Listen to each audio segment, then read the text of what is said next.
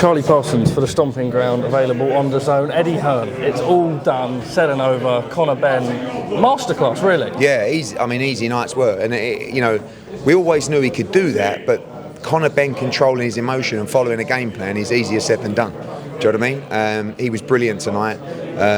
Eubank tough as always. I mean, the 12th round was a bit tough to watch at the end. I thought the ref should have stopped the fight, but obviously there was 10 seconds left. But it's lucky that was the end of the round because it was going to get really brutal in there. But Conor just boxed really well, and every round he got up off the store, I could just see him. I was just saying, just concentrate. And after it was 8-0, 9-0, 10-0, it was just like, please, just run around the ring. And he's still trying to stop him in the 12th round, and it was great to watch. But really proud of Conor Benn. I said in an interview there, I think Movember here, which is all about men's mental health and suicide and all that kind of stuff. And if you knew how low Conor Benn was about a year and a half ago, mate, he was done.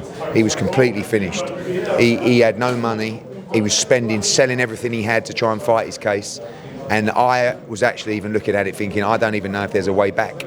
And all he did was keep the faith and keep working hard every day. And he's a great lesson to people who think there's no way back. Look at him. He's absolutely flying now on top of the world. What is next for Conor Benn? Did you speak to His Excellency afterwards? Yeah, look, Conor Benn wants to move down to 147 and win a world title. But he did something tonight that his dad never did, and that was beat a Eubank. But he always wanted to replicate the victory of his father for the WBC title, and we'd love a shot at Barrios. Obviously, we've got Lewis Crocker as well. That's a fight that could be made tomorrow for the world welterweight title. Ryan Garcia, you got Rolly Romero, and then you got Devin Haney, Brian Norman next week. What a division!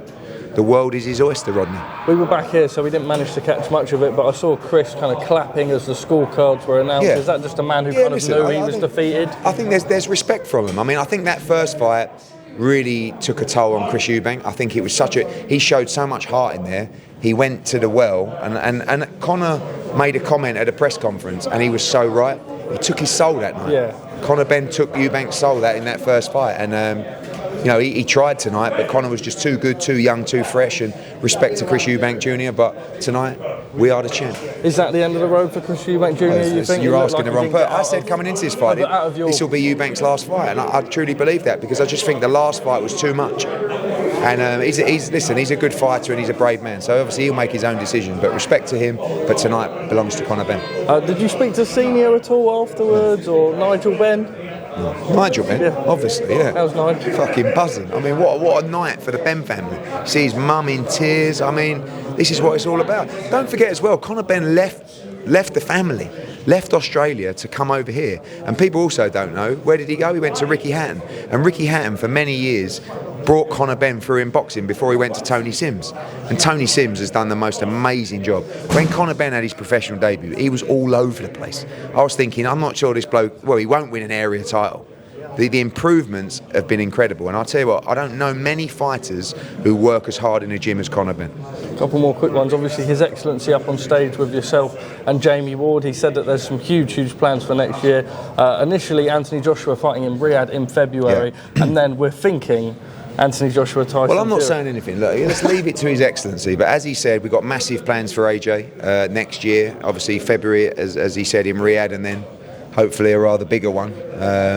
But yeah, very exciting times. Looking forward to getting out to Riyadh next week. Have you got a current update on the Jake Paul fight that you can offer us? No. We're still talking, and like I said, if it's a fight that Jake Paul actually wants, it'd be very difficult for us to turn down. Nice little run out before we fight someone proper in February, and make about 60 bags on the way. Quickly on the card, a really lovely moment between yourself and Ishmael Davis. Yeah, I'm so happy for him because tonight he was fighting for his career, really.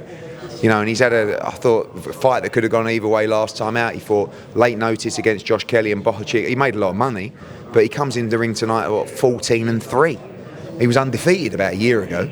So tonight there was so much pressure. And by the way as well, respect to Sam Gilley. It was a really good competitive fight, and he'll come again as well. So Jack Catchall, great. Again, respect to Echo Esselman. He was out. Oh my God. And he come back, he started winning rounds. Jack got a bad cut, and it was a beautiful way to finish. Jack starts believing in his power. It's going to be a big problem. But like I said, 2-0 Matchroom Queensbury tonight. Conor Benn win. But this is life, and what that probably means is we'll have a shit week next week. You can see how much it means to the team as well, by the way. What? I've never seen you lot running out here screaming. But it's cool, it's massive. There's been a lot of pressure on that fight, so happy days. Absolutely no trilogy? No trilogy. Cheers, Ed.